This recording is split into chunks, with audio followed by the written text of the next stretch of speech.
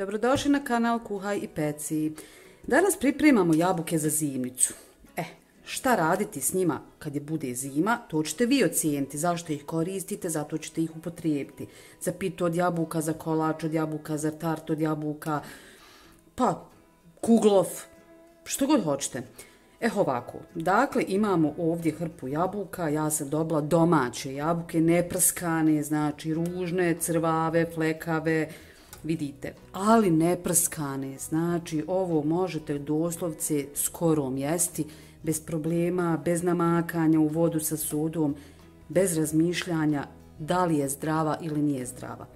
Dakle, ako imate mogućnost, nabavite domaće, ako nemate, kupite pa pripremite za zimu ako mislite da će vam biti iskoristivo, da vam džaba ne zauzima prostor u zamrzivaču, ako mislite da nećete iskoristiti. Dakle, svaku od ovih jabuka treba oguliti i izrendati na rende u što veću tepsiju i tu će nam trebati otprilike nekih 2-3 kašike ulja jer ćemo te jabuke da prepržimo. Idemo dalje za poslo. Kuhaj i peci.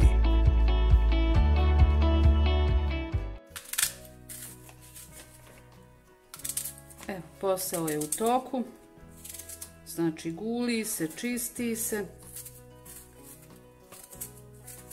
S obzirom da je ovo meni puno jabuka za jednu šerpu, za moju koju najveću imam, ja ću to da podijelim u dvije. Znači ovo sve što je oštećeno uklonite. Da podijelim na 2 šerpe, tako da ću ja sad još koju jabuku pa fino da ja to rendam i da stavim da se dinsta, to jest prži, dok ja pripremim drugu turu. Moja prva tura je gotova.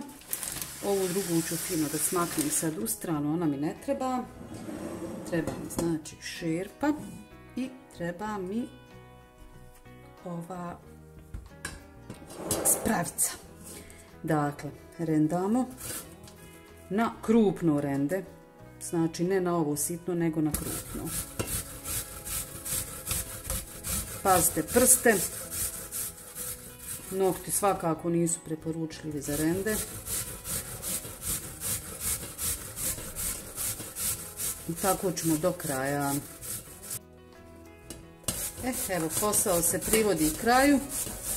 Jabuka nema gdje nema okolo, to sam ja sve fino kvalitetno isfrcala. Ali sreće, evo ima nešto i u šerpi. I po mojoj nekoj procjeni, ovo kada se izdinsta i ispari, ohladi, bit će to dovoljno za jednu dobru jabukovaču. Pravu, finu, zimsku pitu. Sad, ja ne dinstam sa šećerom. Dakle, šećer dodajem tek onda kada kolač pravim. Također i cimet. Dakle, sada dodam samo malo ulja, čisto ovo fino sve pokupite. Nema bacanja. Pogotovo što je domaća, to je grehota da se baci. Tako, fino povadite. Cimet. Znači, dodajem cimet i šećer prilikom pravljenja kolača.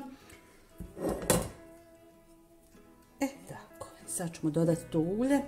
Ulje dodajemo da ne bi zagorilo, jednostavno iz tog razloga. Evo da vidimo koliko će nam trebati jedna.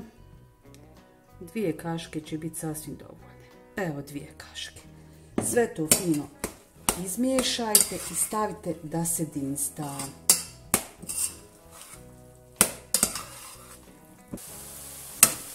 Vidite kako se količina upolovila. Malo je prigorilo, ali to ništa ne znači. Dakle, ovo se dinstalo, evo, možda nekih 4-5 minuta. I to je sasvim dovoljno. Dakle, ne treba je doslovce skuhati, nego samo da spadne ta količina i da ispari malo tekućnije. Dakle, 4-5 minuta, to je gotovo. Ovo ide sada na hlađenje i onda pakujemo u plastične kesice. Dragi moji, ovo je se fino ohladilo i sada ću to da prebacim u ovu plastičnu kesu. Dakle, evo po ovoj mjeri koliko sam ja to narendala, izdinstala u prvoj turi, ja imam jedno pakovanje, znači za jednu finu jabukovaču ili možda štrudlu ili kolač, vidjet ćemo. Nadam se da ćete vi imati više mjesta u svom frižideru i napraviti puno više ukoliko vam ovakva ideja uopšte posluži. Eto, ako vam se sviđa, vi to fino sve lajkajte, prijavite se na kanal i gledamo se opet sa nekim novim videom ili nekim novim savjetom. Ćao! Prijavite se na kanal i pratite najnovije recepte iz kuhinje Kuhaj i peci.